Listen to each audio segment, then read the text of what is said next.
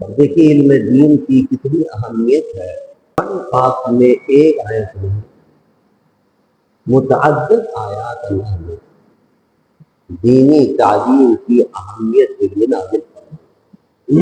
اور میرے آقا سرور دو صلی اللہ علیہ وسلم کی احادیث مبارکہ کو ایک دو نہیں سینکڑوں کی تعداد میں مختلف کتب احادیث کے اندر جس میں حضور نے دینی تعلیم کی اہمیت کو بیان فرمایا ہے اور اس کی فضیلت کو بیان فرمایا ہے۔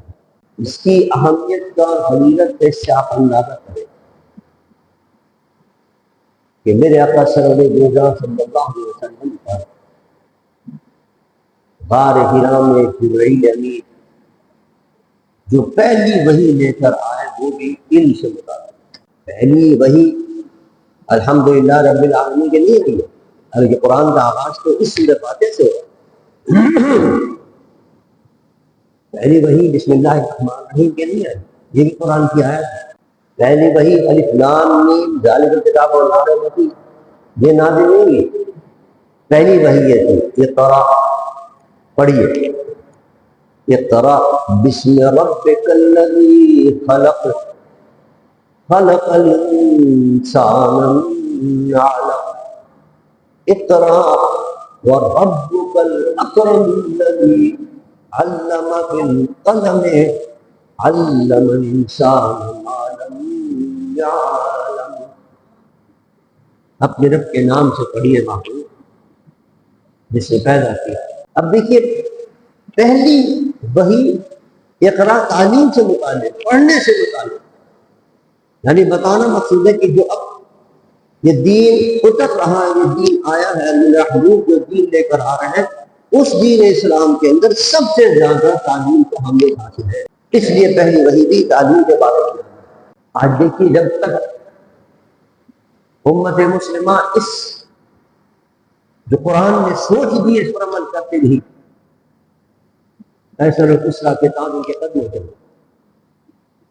علم حاصل، یہ جتنی بڑی بڑی ایجادات ہوئی مسلمانوں نے کی ہے، اور آج سب سے زیادہ پیچھے علم ایسے کہ علم کو چھوڑ وہ علم حاصل کر کے دوسری قومیں ہر قسم کی ٹیکنالوجی میں ترقی کر رہی اور اس کو پھر غلط استعمال کر رہے، میزائل بنا رہے، ایٹم بم بنا رہے، بم بنا رہے، اور استعمال کس طرح کر رہے ہیں؟ انسانوں کا خون بہا، مسلمانوں کا خون بہا۔ حالانکہ یہ چیزیں تو اللہ نے اس لیے دی تھی کہ اس کے ذریعے خون کی ہولی مت کھیلو، روکو لوگوں کو، روک ڈالو۔ قرآن اللہ نے فرمایا نا وَأَعِدُّوا لَهُم مَّا اسْتَطَعْتُم مِّن قُوَّةٍ وَمِن رِّبَاطِ الْخَيْلِ، تیاری کرو تم جنگ کی، کیوں کرو؟ تُرْهِبُونَ بِهِ عَدُوَّ اللَّهِ، تاکہ تم ڈراؤ اللہ کے دشمن۔ یہ ٹیکنالوجی اس لیے ہوتی ہے تاکہ دشمن کو خوف تک کر کے اس کو ظلم سے روکا جائے۔ اللہ نے ہمیں ٹیکنالوجی دی، پاکستان کو ایٹم جو دیا تھا کہ اللہ کے دشمنوں کو روکے، لیکن ہائے افسوس غزہ کے اندر سال ہو گیا، خون بہہ رہا، روزانہ شہید کر رہے ہیں مسلمان، 50,000 سے زیادہ مسلمان شہید ہو گئے، پورا غزہ کھنڈر بنا دیا گیا۔ اور جتنے وہ قائدین تھے وہاں کے غزہ کے فلسطین کے، وہ شہید ہو رہے ہیں، اور شہید ہوتے ہوئے کہتے ہوئے جا رہے ہیں، ہانیہ کہتا ہوا گیا کہ پاکستان سے دھمکی دے دے کہ خون خرابہ رک جائے، لیکن تو توفیق نہیں ہوئی کہ ایک دھمکی دے کے اسرائیل کو روک دے، کہیں اسرائیل ناراض ہو۔ اسرائیل اور امریکہ کی ناراضگی کی ان کو فکر ہے، لیکن اللہ کے رسول کی ناراضگی کی فکر نہیں کہ اللہ کا رسول ناراض ہوگا اگر تم نے مسلمانوں کی حمایت نہیں کی اور مسلمانوں کی مدد نہیں کی۔ یہ ٹیکنالوجی اللہ نے اس لیے بات کی کہ اپنی حفاظت کرو اور اپنے مسلمان بھائیوں کی حفاظت کرو، اس سے نہیں کہ گھر میں رکھ لو اس کو بند کر کے تالے کے۔ دیکھیے بات کہیں سے کہیں پہنچ گئی، اللہ تعالیٰ نے مسلمانوں کو جب تک علم پر انہوں نے عمل کیا اور علم حاصل کیا، بڑی بڑی جائیداد کی ہیں۔ کسی زمانے کے اندر بغداد مرکز ہوتا تھا علم کا، پوری دنیا سے لوگ کھچ کھچ کر یہاں آتے تھے علم حاصل کرنے کے۔ آواز زیادہ تھی اس وقت کا علم، یعنی آج 1400 سال کے بعد علم کہیں سے کہیں پہنچ گیا، لیکن اس زمانے میں جو بولی سینا نے قانون لکھی ہے، کتاب، وہ آج بھی پڑھائی جا رہی ہے یورپ کے مدارس کے اندر، اسکولوں کالجوں کے اندر، یونیورسٹیوں کے اندر۔ حیران ہوتی ہے کہ کیا ان کو اللہ نے علم بتا دیا تھا جو ان سے آج بھی وہ فائدہ اٹھا رہے ہیں۔ یہ مسلمانوں کے علم کا عالم، وہ نشین کو اللہ نے کیا علم عطا فرمایا تھا، اتنی ترقی کر میڈیکل میں پورا سینہ کھول دیتے ہیں، بائی پاس آپریشن ہو رہا ہے، دماغ کو کھول دیتے ہیں اور دماغ کا آپریشن ہو رہا ہے۔ لیکن آج بھی 1400 سال پہلے جو لکھا ہے وہ نشین نے کتاب، اس سے وہ مدد حاصل کر رہے ہیں۔ ان کے علم کا اندازہ کی ہے کہ انہوں نے کتنا بڑا علم حاصل کیا ہمارے مسلمان سائنسدانوں نے اور علماء نے۔ یہی وجہ تھی کہ یہ مسلمانوں کی جو حکومتیں تھیں وہ بڑھتی چلی گئی، بڑھتی چلی۔ کہاں مکہ معظمہ کے اندر حکومت تھی، مدینہ منورہ سے آگے بڑھی، مصر تک پہنچی، حضرت عمرو بن العاص رضی اللہ تعالیٰ عنہ اسلام کا پرچم لایا ہے، پھر اور آگے بڑھی، اور بڑھتے بڑھتے ہندو پاکستان کے اندر، اس پاکستان تو نہیں بنا تھا اس وقت، یہاں تک اسلام کا پرچم لایا۔ یہ علم کی برکت تھی، اللہ نے ان کو علم عطا فرمایا، اور علم کے زور پر انہوں نے پوری دنیا کے اندر اپنا سکہ جمایا۔ آج عالم یہ ہے کہ سب سے زیادہ پیچھے علم میں ہم، اور ہمارے حکمران توجہ نہیں دیتے۔ بجٹ بنتا ہے پاکستان کا، اس میں سب سے کم پیسے جو ہے وہ رکھے جاتے ہیں تعلیم کے، اور جو کچھ پیسے رکھے جاتے ہیں اس میں بھی کرپشن ہو جاتی ہے، کھوٹ ہو جاتی ہے۔ کچھ تھوڑے پیسے جو بیچارے کیا نام ہے طلباء کا خرچ ہوتے ہیں، حالانکہ ایسے ایسے ذہین لوگ اللہ نے عطا کیے، قابل فعال لوگ عطا کیے، جو کچھ اسباب نہ ہوتے ہوئے ترقی کر کر وہ مقام حاصل کر رہے ہیں کہ دوسرے ممالک کہہ رہے ہیں کہ ہماری آئیے، آپ ہماری پڑھ کے آگے نہیں چل رہے۔ یہاں تو قابل لڑکوں کو لے کر جا رہے ہیں اور ان کو وہاں جناب تعلیم دے رہے ہیں، اور ان کے ذہانت سے وہ فائدہ اٹھا رہے ہیں۔ لیکن آئے پھر ہم فائدہ اٹھانے کی وجہ ہیں، علم کے بارے میں پیسہ، تعلیم کے لیے بات سارے پیسہ لگانے کے لیے تیار نہیں ہے۔ یہی وجہ ہے کہ جب علم نہیں ہوگا، جہالت ہوگی، تو جہالت کے مناظر آپ دیکھ رہے ہیں، گاڑیاں اغوا ہو رہی ہیں، ریلیں اغوا ہو رہی ہیں، آدمیوں کو مارا جا رہا ہے، قتل کیا جا رہا ہے۔ علم دین اسی لیے پڑھایا جاتا ہے تاکہ لوگوں کو شعور پیدا ہو، احساس پیدا ہو، اللہ کا خوف پیدا ہو۔ اسی لیے قرآن میں اللہ انما یخشی اللہ من عبادہ العلماء، بے شک اللہ سے ڈرتے کون ہے؟ جو علماء ہوتے ہیں وہ ڈرتے ہیں۔ اس لیے کہ جتنا زیادہ علم آئے گا اللہ کی جلال کا، اس کی احمد کا، اس کے روب کا، اتنا انسان خوف زدہ ہوگا۔ علم دین کے اندر اس کی عظمت بٹھائی جاتی ہے رب کائنات، تو پھر انسان کے اندر خوف پیدا ہوتا ہے۔ جب خوف پیدا ہوگا تو پھر گناہوں سے آگے نہیں بچا، بے ایمانی سے رک جائے، کرپشن سے رک جائے، اس دہشت گردی سے رک جائے گا۔ یہ پولیس کے فوج کی بس کی نہیں ہے یہ دہشت گردی ختم کرنا، یہ تو جب تک دل سے اللہ کا خوف پیدا نہیں ہوگا یہ ختم نہیں۔ اور اس کے لیے دینی تعلیم کا ہونا ضروری ہے۔ آج تو دینی تعلیم ختم کرنے کی سازش کی جا رہی ہے، کوشش کی جا رہی ہے۔ جو مراکز دینیاں ہیں، مدارس دینیاں ہیں، وہ سب سے بڑے مرکز قلعہ ہیں جہاں سے علم دین کا فروغ ملتا ہے، اس کو کوشش کی جا رہی ہے کہ مدارس ختم ہو جائے، نئے نئے قوانین لائے جا رہے ہیں، نئی نئی پابندیاں عائد کی جا رہی ہیں تاکہ مدرسے چلنے بند ہو۔ تو ایک مدرسہ ہے جس کو یہ تو اپنے مدرسوں کو کی جو فنڈ ہوتا ہے وہ کھا جاتے، مدارس دینیوں کا فنڈ دیں گے کہ اس کو ترقی دے سکے، اس کو تو کوشش کرتے ہیں کہ کسی طرح فنڈ بھی نہ ملے ان کو تاکہ یہ بند ہو جائے۔ آپ نے دیکھ کسی زمانے میں مدارس دینیاں بکری کے کھالوں پہ چل رہے، کھالوں کی اچھی خاصی قیمت ہوتی تھی، اس میں جو آمدنی کھالے جمع کرتے تھے مدارس دینیاں، اور سال بعد اسے چلایا۔ کھانوں کی قیمت افضل کم کی گئی. جو 1500-2000 کی کھال بکتی تھی وہ 300-400 کی کھال ملتی.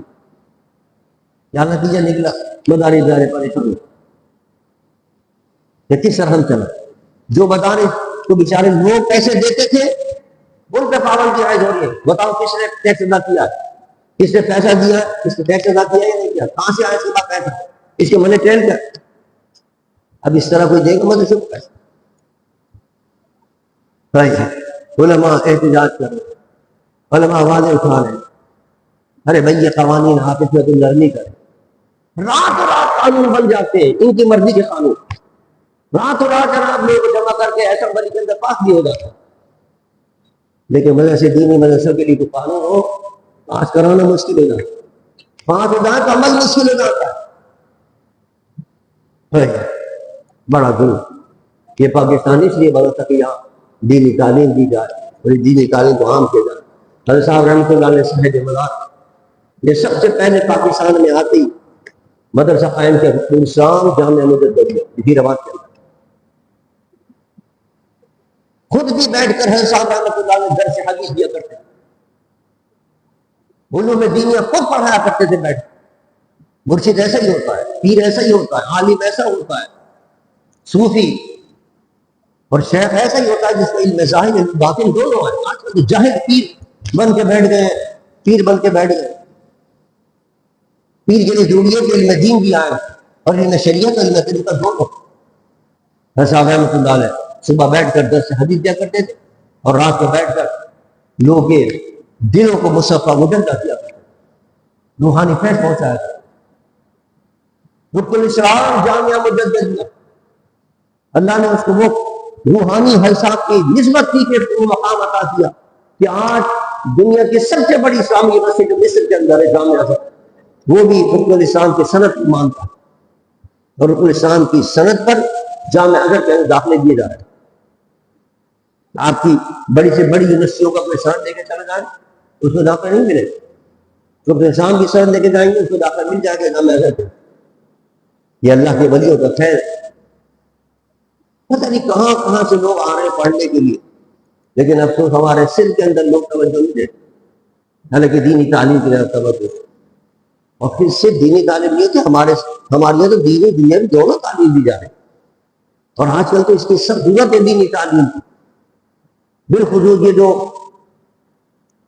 بینکوں کے اندر اسلامی بینکاری شروع ہوئی ہے، بینک والے پوچھتے ہیں کہ صاحب کوئی آپ کا ماہر ہے جو کامرس کے اندر بھی ماہر ہو اور آپ کی اسلامی جو اصطلاحات ہیں اور اسلامی علوم ہے اس کے اندر اس کا بھی ماہر ہمیں چاہیے ایک آدمی. لیکن ہم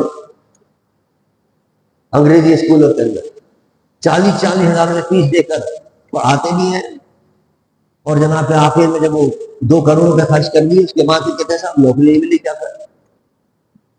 اور دینی تعلیم کا عالم یہ ہے کہ انسان مفت یہاں تعلیم اسی قدر نہیں مفت ہو رہی ہے تعلیم.